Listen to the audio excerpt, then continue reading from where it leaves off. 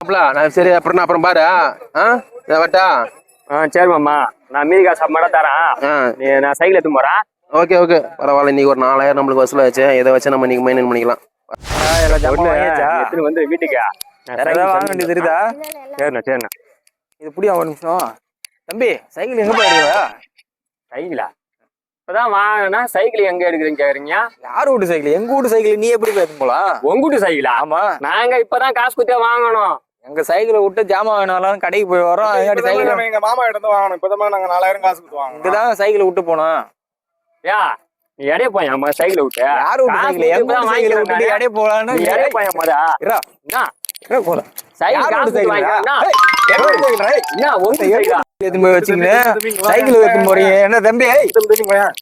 எடுத்துன்னு போறோம் கடைக்கு போய் ஜாமான் வேணும் சைக்கிள் பாத்துக்கலாம். அந்த ஆளு நாம ஏமாத்தலாம் பார்த்தோம். நம்மள ஏமாத்திட்டு போயிட்டானே கட்சி. காரணம் வரணும் வரணும் அங்கோ கல்யாணம் அடிக்கிறாங்க. ஐயோ ஓடிடலாம்.